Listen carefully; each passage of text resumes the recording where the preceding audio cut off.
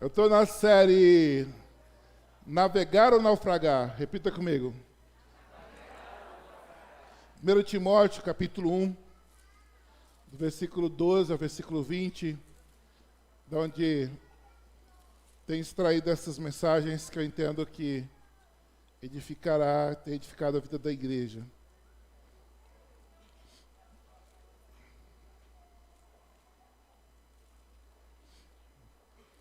Timóteo, capítulo 1. Coloca aí para mim que eu vou ler a nossa versão do telão aí para você me acompanhar. Consegue colocar? 1 Timóteo, da NVI.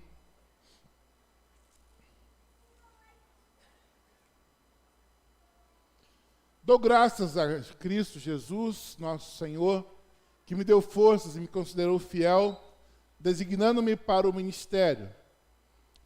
Pode seguir, até o 20. A mim, que anteriormente fui blasfemo, perseguidor e insolente, mas alcancei misericórdia porque fiz por ignorância e na minha incredulidade. Isso é o apóstolo Paulo falando. Contudo, a graça do nosso Senhor transbordou sobre mim, juntamente com a fé e o amor que estão em Cristo Jesus. Esta afirmação é fiel e digna de toda aceitação. Cristo Jesus veio ao mundo para salvar os pecadores, dos quais eu sou o pior. Mas por isso mesmo alcancei misericórdia, para que em mim, o pior dos pecadores, Cristo Jesus, demonstrasse toda a grandeza da sua paciência, usando-me como exemplo para aqueles que nele haveriam de crer para a vida eterna. Ao Rei eterno, vamos ler esse versículo juntos? Ao Rei eterno, ao Deus único, imortal e invisível, sejam honra e glória para todos sempre. Amém. Versículo 18, aí Paulo se dirige a Timóteo. Timóteo, meu filho, dou-lhe esta instrução, segundo as profecias já proferidas a seu respeito, para que, seguindo-as, você combata o bom combate, mantendo a fé e a boa consciência, que alguns rejeitaram e por isso naufragaram na fé.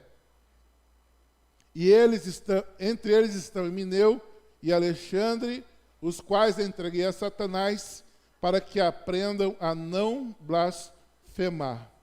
Feche seus olhos, vamos orar. Pai, em nome de Jesus, nós rendemos agora, Pai, a nossa vida, rendemos o que pensamos, rendemos o que sentimos, a direção dessa palavra para a nossa vida. Pai, que essa palavra ela seja instrução para nós, como foi para Timóteo, mas que a gente consiga receber do Senhor uma direção claríssima nessa noite. Pai, algo que acenda uma luz, que vire uma chave, que nos leve para um outro nível de vida espiritual. Pai, nós queremos navegar nessa noite. Eu peço que use a minha vida, tenha misericórdia de mim, Pai, na exposição dessa palavra tão séria da parte do Senhor. Eu oro isto em nome de Jesus. Amém. Queridos, esse texto a gente pegou do versículo 12, mas a série que eu estou ministrando, ela se concentra no versículo 18 e 19, nesses dois versículos. Depois de Paulo falar a respeito de como ele foi ministrado por Deus, de como ele foi mudado, aí ele se dirige a Timóteo, um discípulo mais novo, a quem ele chama de filho. Fala assim: filho, senta aí, vamos conversar. Aí ele fala: olha, tem profecias a seu respeito, então se apegue a essas profecias, siga essas profecias e combata o bom combate, mantenha a sua fé e a sua boa consciência. E dessas quatro instruções dadas por Paulo a Timóteo, que eu estou pregando nessas 4 mensagens desses domingos.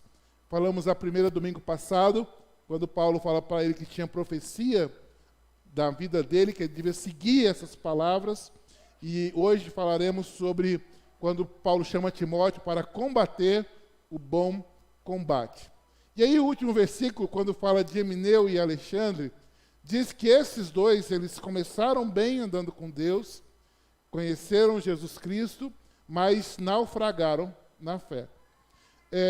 Um dos combates que Paulo estava rebatendo nessas instruções para Timóteo é a questão do gnosticismo.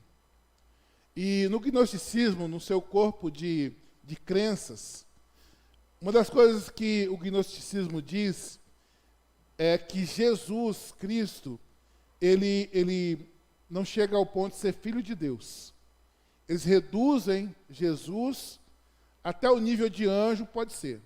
Para os gnósticos, ter um Deus que veio à Terra não é aceitável.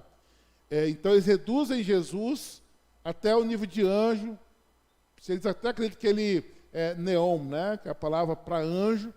Até aí daria para eles acreditar, mas que Jesus era Deus, não dava para alcançar.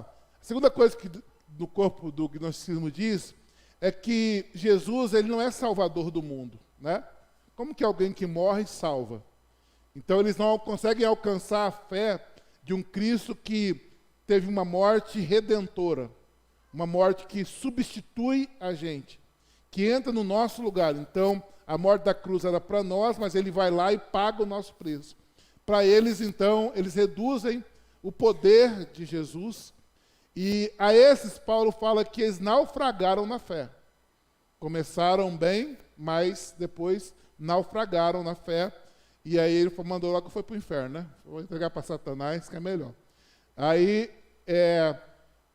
as palavras do apóstolo Paulo para Timóteo, é a forma que ele está dizendo para Timóteo, dizendo para Timóteo assim, Timóteo, não se mete com esses caras, não. Não vai por esse caminho, não, que você está feio. Se você for por esse caminho, você naufraga na fé. Se você for seguir o Emineu e o Alexandre, você vai naufragar na fé. Então, preste bem atenção nas coisas que eu vou te dizer. Aí ele diz, você tem profecias a seu respeito, siga o que foi escrito a teu respeito, combate o bom combate, mantenha a fé e a boa consciência. Então, as 4 mensagens é uma palavra de Paulo para Timóteo, que nos chama.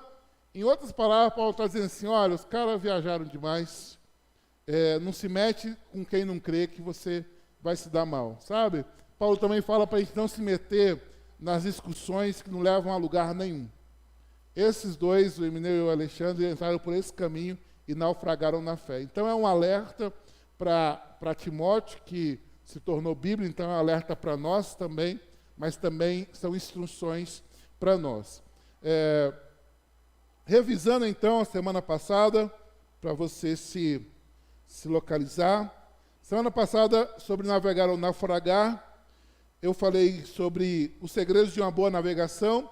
Eu vou só citar os pontos mesmo, que eu quero ficar na mensagem de hoje. Eu falei que a gente tem profecias de Deus a nosso respeito, igual Timóteo tinha, nós temos também. E as profecias são benefícios que nós recebemos de Jesus na hora que nós nos convertemos. Tem benefícios imediatos, que eu citei alguns, são centenas. Naturalmente, que eu não conseguiria eliminar tudo aquilo que você recebeu quando você foi para Jesus, mas eu coloquei alguns. O primeiro, benefícios imediatos, perdão de pecados. Isso é bom demais, porque nós somos perdoados. Segunda coisa, somos declarados justos. Entramos na presença de Deus, uma presença que era seletiva para o sumo sacerdote. Agora todos que creem podem entrar na presença de Deus por meio de Jesus. Somos adotados como filhos e nós temos a vida eterna. Não é que nós vamos ter a vida eterna, nós já temos a vida eterna. E os benefícios que é no decorrer da nossa navegação, da nossa vida, coisas que a gente precisa aprender e ir tomando posse. Eu falei algumas também, falei 5, sobre uma vida abundante. Você precisa caminhar pela vida, navegar pela vida, sabendo que você tem uma vida e vida em abundância. Isso aí muda toda a nossa trajetória. Porque tem hora que a coisa está tão ruim que a gente pensa que a nossa vida é uma né? Não vou nem falar o resto, porque a verdade é que nós temos uma super vida. Né? Nós temos uma vida abundante. Nós somos vencedores. Você pode ter alguns laços de derrota na tua vida, mas o que você é mesmo é uma pessoa vencedora. Você é alguém frutífero. Pode estar meio tampado essa fase de fruto da tua vida, mas o que você é mesmo é frutífero. Você é feliz. É uma decisão que você toma. E a quinta coisa que eu falei é que você já é bem sucedido por estar com Cristo. Amém? E aí, eu entrei só o começo dessa mensagem de hoje. Segredos de uma boa navegação. A segunda coisa é combater o bom combate. Combater o bom combate. E aí eu já comecei um pouco pesado, porque eu olhei para Jesus, e Jesus é o nosso exemplo. Agora, acompanhe comigo. Você tem convicção que tem palavras de Deus a teu respeito, certo? Você é feliz, você é próspero, você já é isso. Tem palavras de Deus a teu respeito. Jesus, ele tinha, para você ter uma noção, todo o Antigo Testamento aponta para a vinda de Jesus. Então, quando você lê o Antigo Testamento, os verbos dizem assim, virá. Então, tudo que está de Gênesis até Malaquias, quando você lê, aponta para Jesus. Jesus tinha centenas de profecias, talvez milhares de profecias, a respeito dele. Ele tinha, tudo que você vê no Antigo Testamento aponta para Jesus. Então, quando ele vem à Terra, se alguém tem profecias para se cumprir, de monte na cabeça de Jesus. E aí, ele, sabendo que ele tinha as profecias, ele não sentou embaixo de uma árvore, pegou uma água gelada e ficou esperando. Eu tenho muitas profecias, eu sou o Salvador do mundo mesmo. Ele não sentou, levantou a perninha e ficou esperando as coisas acontecerem. Pelo contrário, ele sabia que tinha coisa de Deus na vida dele, mas ele combatia. Ele lutava. Olha esse texto que eu falei com vocês, quando diz assim, e levantando-se de manhã, muito cedo, fazendo ainda escuro, saiu e foi para um lugar deserto e ali orava. Então isso é combate. Tá, pastor, eu já sei que tem palavras de Deus a meu respeito e agora eu preciso aprender a tomar posse. É o que Paulo está dizendo para Timóteo. Timóteo, se apegue às palavras ditas, e o próximo texto pode dizer assim, vai deitar, dorme, descansa. Você se apegue às palavras ditas, combata o bom combate, conserve a fé e a boa consciência. É mais ou menos isso, irmãos. Você e eu, nós já temos a família que nós sonhamos. Ela já existe, mas eu preciso agora formar essa família. Você já tem o casamento que você sonhou. Já tem. Você tem fé nisso ou não? Agora você vai caçar um namorado. Combater o bom combate, né? Caçar uma namorada. Você já tem. Já está tudo é teu. Agora você precisa combater o bom combate. E Jesus nos ensina isso. Porque ele era alguém que tinha muitas profecias, mas ele buscava, ele lutava. Então eu coloco aqui algumas coisas que você precisa fazer, uma vez que você já está convencido que tem profecias de Deus a seu respeito. Eu e você, nós precisamos estar convencidos disso. Eu não nasci por um acaso. Tem profecias de Deus a meu respeito. Tem coisas que Ele espera de mim, tem coisas que Ele quer em mim. Não vai ser no meu vizinho, não vai ser no meu primo, não vai ser na minha prima, não vai ser no meu tio, vai ser comigo. Tem coisas de Deus que vai ser com você. Nem vai ser com seu marido, é com você mesmo. E aí, sabedores disso, que temos palavra de Deus a nosso respeito, eu coloco aqui algumas coisas que você e eu precisamos fazer. Ter profecias sobre a sua vida precisa te conduzir para uma busca intensa. Fala comigo assim, busca intensa. Uma vez que você sabe que Deus vai fazer grandes coisas na tua vida, você precisa aprender a buscá-lo. Você precisa aprender a buscá-lo, ter uma busca intensa. Hebreus 11:6 diz assim, ora, sem fé é impossível agradar-lhe, porque é necessário que aquele que se aproxima de Deus creia que Ele existe e que é galardoador dos que o buscam. Ele galardoa quem? Os preguiçosos ou quem busca? Quem busca. Eu já sei que Deus tem a profecia, eu tenho a profecia de Deus sobre a minha vida, mas eu preciso buscar. E o que agrada o Senhor é fé. Deus, eu já creio que o Senhor está restaurando a minha família, a minha casa. Eu já creio que o Senhor está me arrancando dessa situação. Eu já creio, mas eu te busco. Porque a fé agrada a Deus. Se a fé agrada a Deus, a falta de fé desagrada a Deus. Alguém está dizendo para você, você é muito bem sucedido, você é uma benção. Você está dizendo, não, só não. Aí o cara está agradando a Deus, te abençoando, e você é tão sem fé que você desagrada a Deus, te amaldiçoando ainda. Você tira o que você tem com a sua boca. Aí você não tem, aí você quer culpar o quê, né? É a criação, o pai que não disse que me ama. Não, agora o pai não disse que te ama, agora você pode dizer que você se ama. Sabe? Você não teve uma afirmação quando era criança? Tudo bem, passou, você não é mais criança. Agora você tem uma afirmação do pai dizendo quem você é. Se apegue e busca a Deus. Busca a Deus. Eu falo assim, busca a Deus. Ele está dizendo, olha, é galardoador dos que o buscam.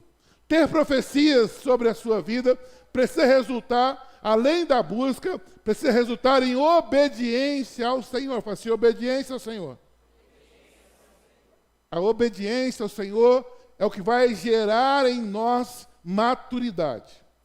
Aprender a obedecer. Deuteronômio 6,17 diz assim, diligentemente guardareis os mandamentos do Senhor vosso Deus, como também os seus testemunhos e seus estatutos que te tem mandado. Então aqui, Moisés escreve diz assim, que tem um compromisso do povo, dizendo, diligentemente nós obedeceremos ao Senhor. Diligentemente, quer dizer assim, cuidadosamente. Eu peguei aqui uma definição de dicionário mesmo sobre diligente, que significa o seguinte, diligente é um adjetivo atribuído a qualquer pessoa que realiza determinada atividade, a parte vermelha e amarela, leia comigo. Atividade de maneira. Ele é utilizado para descrever a qualidade de uma pessoa que é. Essas qualidades aplicadas à sua obediência com Deus vai gerar em você maturidade. Sabe, veja bem, Deus ele quer que a gente cresça. Deus ele não quer que a gente seja menino para sempre. Tem um desejo de Deus que a gente avance. E o segredo para avançar é obedecer. E Jesus, ele fala um momento assim, que vocês, pais, sendo homens, né, não dariam uma cobra para o filho no lugar do pão, uma pedra para o filho no lugar do pão? Imagina eu. Jesus dizendo. Agora, o que eu comparo esse texto? Como que Deus vai entregar para uma pessoa as coisas maiores do reino, se elas não aprenderam a obedecer às menores? Quanto tempo você sabe que tem que orar, ler a Bíblia? Isso são as coisas pequenas do reino. Aí você não faz as coisas pequenas e fica orando, dizendo, Senhor, me entrega as multidões. Como assim? Como assim? Você não aprendeu a obedecer às mínimas coisas, às pequenas coisas, você está reivindicando as grandes coisas. Aí eu pego o exemplo do pai que fala assim, vocês, sendo maus, sabem julgar também. Quem é que tem filho que pega uma Ferrari, se você tivesse dinheiro, e entregaria para um garoto de 10 anos de idade? Quem seria louco de fazer isso? Por quê? Você vai olhar para o menino, vai olhar para o presente e vai assim, é muito grande. Ele não tem maturidade para receber isso. Com 10 anos de idade, você vai dar o quê? Uma bike, né? Para ele arrumar. Se ele for responsável, cuidar daquilo, ele vai crescendo, você vai aumentando o galardão. Por quê? O cara vai amadurecendo, é ou não é? Lá, quando ele tiver maturidade para receber uma grande coisa, e você puder dar, você dá. Aí você fala assim, vocês, sendo homens, sabem julgar, imagina Deus. Você acha que Deus entregaria para alguém imaturo uma coisa grande do reino? Uma coisa grande do reino. Tipo assim, um ministério grande para alguém que não conseguiu cuidar de uma pessoa que foi entregue no PG. Sede fiel no pouco, sobre muito eu te colocarei. Tem tudo a ver com obediência. Tem tudo a ver com obediência. Obediência, irmãos, deixa eu falar uma coisa para você. Quem vai determinar a velocidade da sua maturidade será a sua obediência. Você vai ser tão maduro quanto você decidir obedecer. Você vai amadurecendo, porque é uma coisa lógica. Jesus mandou você fazer uma coisa pequena, você fez. Ele falou assim, opa, vou entregando mais, vou entregando mais, vou entregando mais. Isso aí chama-se maturidade. Eu separei um texto, não está aí, queria que você colocasse. É Gálatas capítulo 4, que é bem interessante esse texto. Lá Paulo fala assim, enquanto é menino, o herdeiro em nada se diferencia do escravo. Olha só o que Paulo escreveu aí, Gálatas 4, o primeiro versículo. Enquanto é menino, o herdeiro tem o quê? Tem tudo. Nós somos escravos ou herdeiros? Acabei de falar que nós somos adotados, então nós somos herdeiros. Mas se nós formos herdeiros que gostam da meninice, nós vamos receber coisas de escravo, gente. Digo, porém, que enquanto o herdeiro é menor de idade, mas eu gosto da versão menino, em nada difere de um escravo, embora seja dono de tudo. Olha só, eu sou filho de Deus, eu sou herdeiro das grandes coisas de Deus, mas eu não amadureço, gente. Eu ainda sou mimimi. Ai, me olharam, me falaram, ai, quando sai da minha sandália, meu tênis, eu não cresço, meu. Você acha que eu vou amadurecer como? E se eu não amadurecer, como é que Deus vai entregar coisas grandes na minha vida? Como que Deus vai entregar coisas grandes se eu não aprendi a lidar com as pequenas? Aí, nesse texto, Paulo completa dizendo assim, ó, enquanto é menino, em nada se difere do escravo. Você quer ver a vida toda sendo comparado com escravo, ou você quer tomar posse como herdeiro? Diga aí o que você quer. Você quer ser herdeiro, amadureça. E para amadurecer, obedeça. Obedece, amadurece, obedece, amadurece, obedece, amadurece, obedece, amadurece. Alguém fala assim, pastor, fulano é muito maduro. Qual que é a garantia que você me dá que ele é maduro? Não, pastor, desde criancinha na igreja. Mas não dizima, não oferta, não lidera PG, não cuida de nada, é maduro como?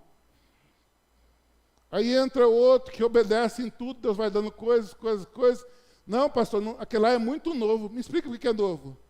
Porque chegou ano passado, mas o cara chegou, pastor, já dizima, já oferta, já lidera PG, já tem setor. Quem que é maduro? Quem que é criança? Não é o tempo, é a obediência. Assim, não é o tempo. É a obediência. Quer amadurecer? Obedeça. Quer amadurecer? Obedeça. É isso que Paulo está dizendo para Timóteo. Timóteo, você quer ser maduro, filho? Obedece. Combate o bom combate. E para obedecer é guerra. Ninguém obedece assim fácil. Cada obediência nossa é guerra, porque na maioria das nossas obediências é contra nós.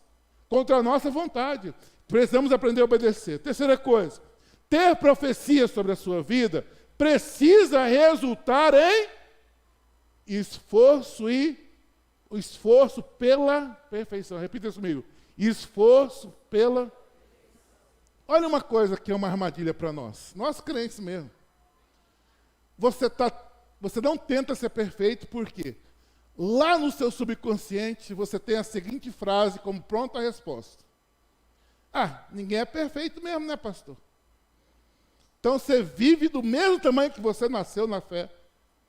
Você tem as mesmas coisas, você chia com as mesmas coisas, você peca os mesmos pecados e aí você se justifica dizendo assim, pastor, ninguém é perfeito mesmo.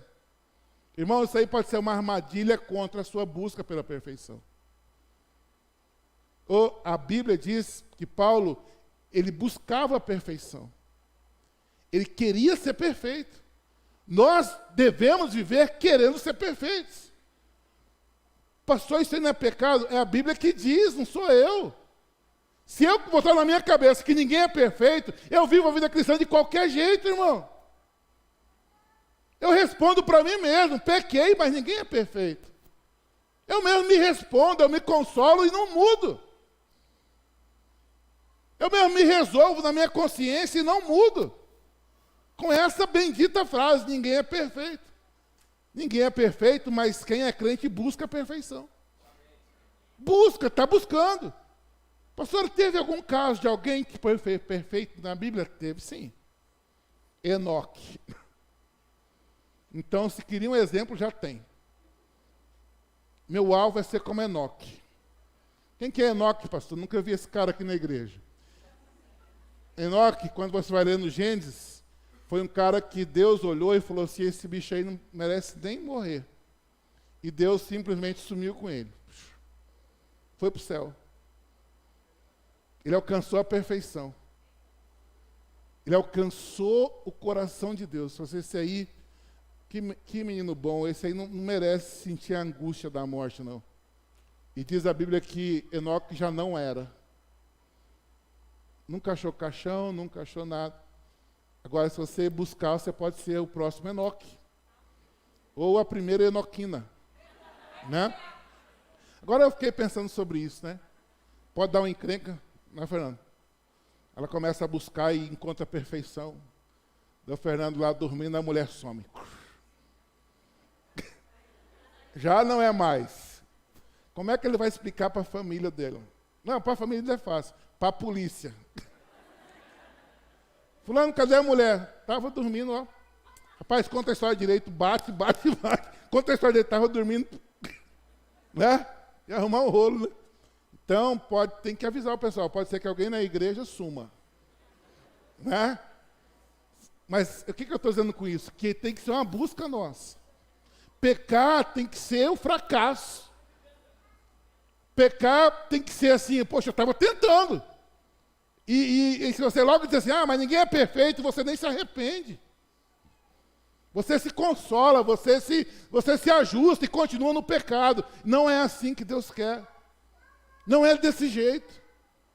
A gente tem que buscar, olha o que Paulo diz aqui, irmãos, quanto a mim, não julgo que haja alcançado. Mais uma coisa eu faço. Ele está falando assim, olha, eu mesmo, eu sei que eu não estou pronto, mas uma coisa eu faço. É que eu esqueço as coisas que para trás ficam e eu avanço para os que estão diante de mim, que ele está dizendo assim, eu cresço. Eu não estou pronto, mas eu não estou conformado, porque eu quero olhar para frente, eu quero alcançar algum lugar. E ele fala assim, eu prossigo para o alvo, pelo prêmio da soberana vocação de Deus em Cristo Jesus. Então ele disse, olha, eu não consegui, mas eu estou na correria. Sabe, eu não sou perfeito ainda, mas eu quero ser, eu quero alcançar o coração de Deus. Sabe, tira esse negócio do seu coração. Que a hora que você pecar, você logo mandar essa, ninguém é perfeito mesmo. Mano, não vai em lugar nenhum. Amanhã você vai pecar de novo e o pecado vai perder o peso do teu coração. Temos que ter o desejo de acertar. Temos que ter a vontade de acertar. Ter profecia sobre a sua vida precisa resultar no cultivo das graças e virtudes cristãs. Diga comigo. Cultivo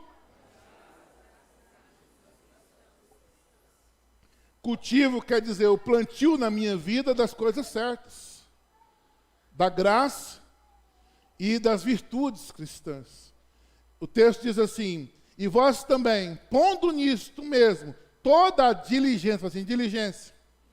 Acrescentai à vossa fé a virtude a ciência, e a ciência a temperança a paciência, e a paciência a piedade, e a piedade o amor fraternal, e o amor fraternal a caridade. Virtude, eu coloquei aqui uma definição de dicionário também. Virtude é a disposição de um indivíduo de praticar o bem, e não apenas uma característica. Trata-se de uma verdadeira inclinação. Fala assim, inclinação. Virtudes são todos os hábitos constantes que levam o homem para o caminho do bem. A minha e a sua inclinação, por sabermos que tem palavra de Deus sobre a nossa vida, é para o bem, gente. A nossa inclinação é para o bem, é para o melhor. É para acertar. A fatalidade é quando nós agirmos mal. E aí o susto tem que ser quando você agir mal. No começo, o susto é quando você age bem. Por exemplo, você era uma pessoa nervosa, estressada, aí você se converte, aí você se vê calmo. Você, que susto, estou tão calmo. O cara me xingou, eu nem... Ué, o que está acontecendo comigo? Aí você se assusta porque você se tornou um cara bom. Só que o bom é o seu natural, a sua inclinação é para o bem. E o susto tem que ser quando você agir mal. Não, agora eu estou andando com Deus, eu estou em paz. Aí você, de repente, é grossa, fala assim, poxa, isso não sou mais eu. Aí você se assusta. Saiu do seu normal. O seu normal agora é uma inclinação para o bem, não para o mal. Então, saber que tem profecias de Deus sobre a nossa vida, tem que fazer de nós pessoas inclinadas para o bem. Próxima coisa, ter profecias sobre a sua vida precisa resultar em labores motivados pelo amor. Labores quer dizer trabalho.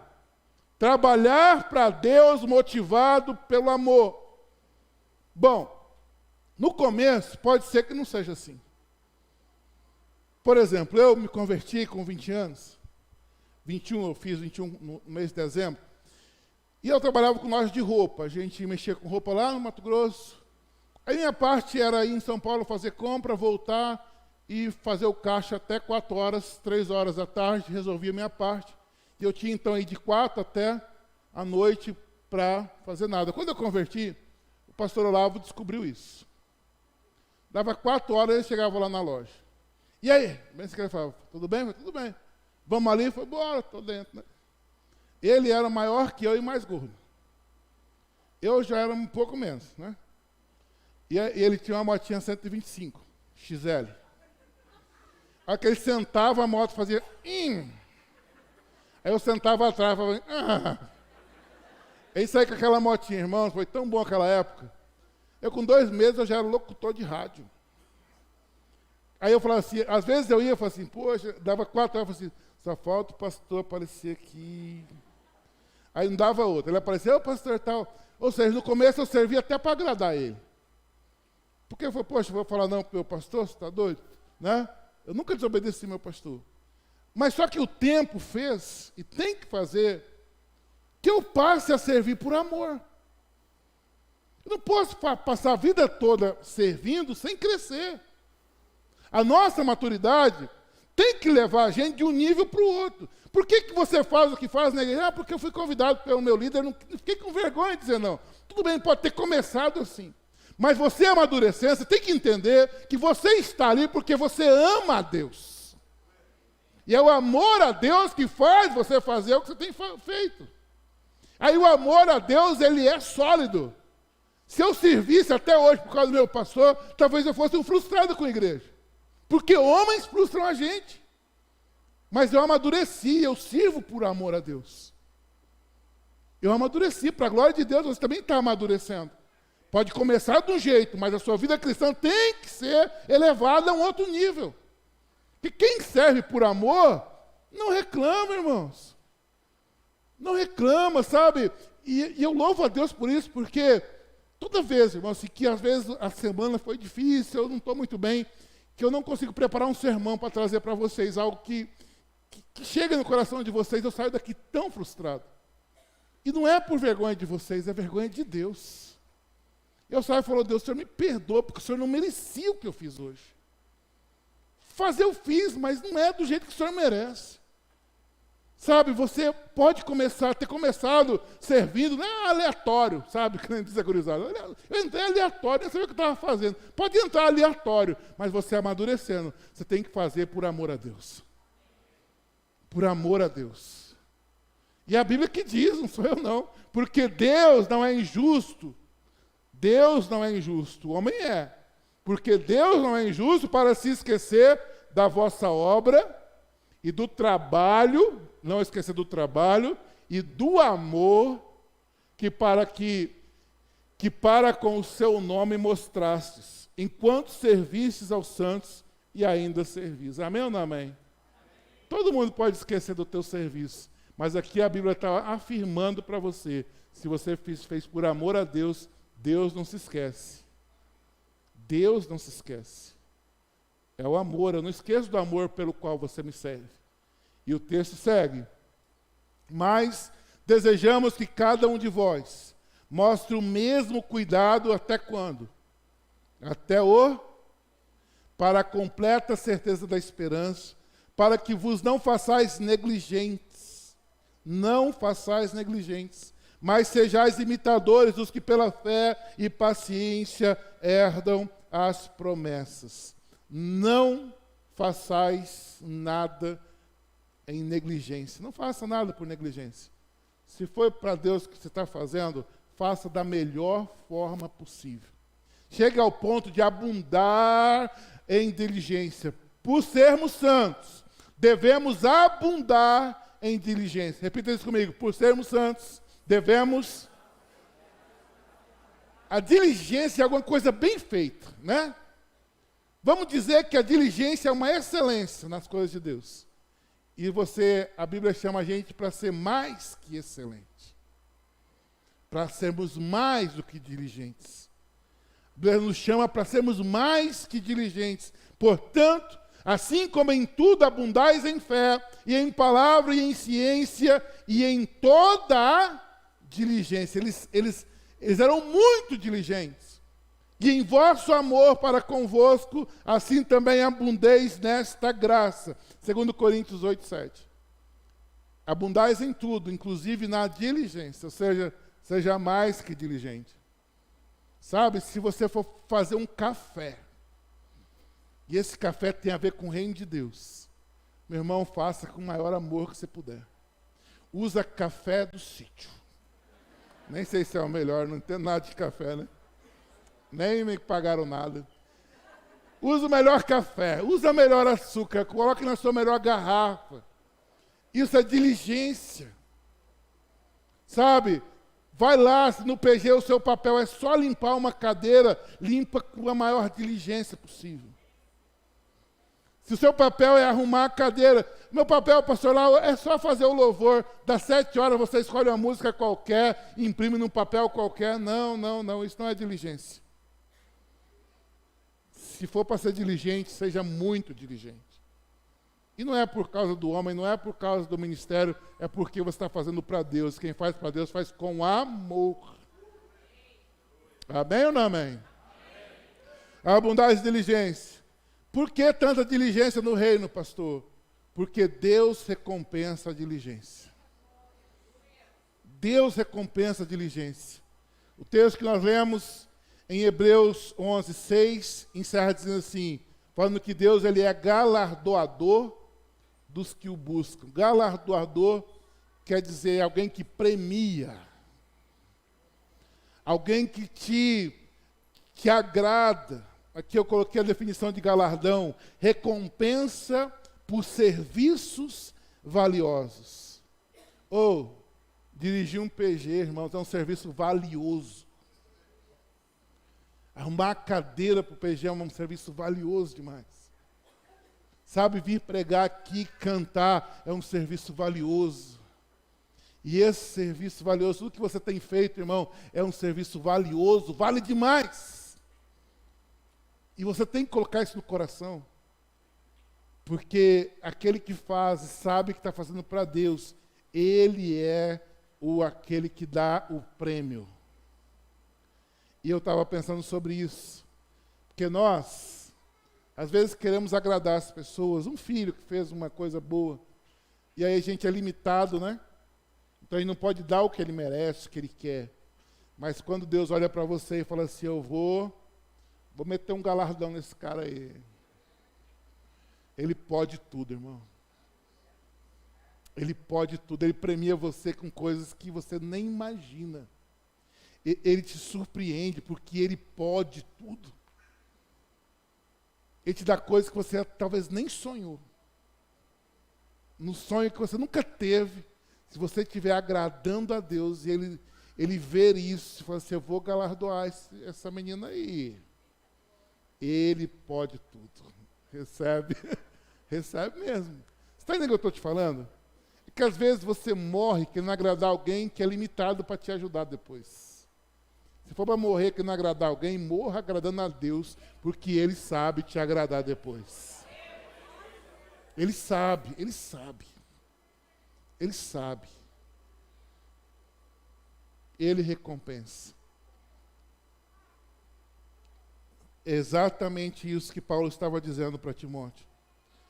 Você já sabe que Deus tem profecia na tua vida, filho? Sei. Agora luta. É isso que eu digo para vocês nessa noite. Você já sabe que Deus tem palavra na tua vida? Sabe ou não sabe? Agora combate o bom combate. Combata com alegria. Fique em pé, eu quero orar por você.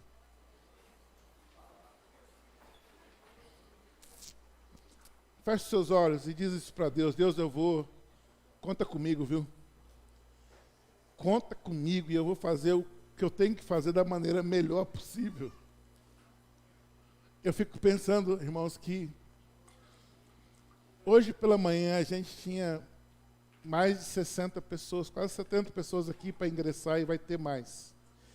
E a sensação que eu tenho que isso é galardão de Deus na nossa vida. Deus olha para nós como comunidade e fala assim, eles têm querido fazer as coisas tão bem feitas que eu posso galardoar eles. Deseja isso. Queira fazer o melhor para Deus. Pai, em nome de Jesus. Olha para dentro do nosso coração, Pai. Se o que houver dentro de nós for menos que o melhor, Pai, para o Senhor, muda meu coração nessa noite, porque dentro de mim, Pai, eu quero que haja a vontade, o desejo de fazer as coisas tão lindas para o Senhor, Pai. Tão bem feitas, com tanta diligência, Pai. Eu sei que esse é o desejo desta igreja, Pai. Que nessa semana o Senhor fale com eles, o Senhor abra a mente. Muito obrigado. Porque o Senhor já tem palavras na direção da vida deles. Agora desperte-os para combater. Se há pessoas que têm em nosso meio se sentido fora do ninho, fora do aprisco, desperta essa pessoa para buscar alguém, para buscar ajuda, para buscar a gente. Nós queremos ajudar, Pai. Nós queremos ser um povo só, uma igreja unida no Senhor, Pai, que quer fazer o melhor para Ti. Eu oro, Pai, agradecido por esta noite tão especial, por essa igreja tão especial, por esse povo tão especial. Nós Te pedimos, Pai, dá esse gama para nós. Dá, Senhor, esse entorno, Brasília, o Brasil e o mundo. Pai, eu quero abençoar também nesta noite a implantação da Igreja da Paz lá em Goiânia, Pai. Primeiro culto nesta noite, Pai, eu abençoo a vida do pastor Ricardo, pastora Ana, pastor Geraldo, pastora Terezinha. Muito obrigado, Pai, por essa inauguração lá. Eu abençoo, Pai, essa abertura. Eu já vejo uma multidão de pessoas ali. Eu oro a Deus em nome de Jesus. Amém. Aplauda o Senhor. Deus abençoe você. Uma ótima semana a todos.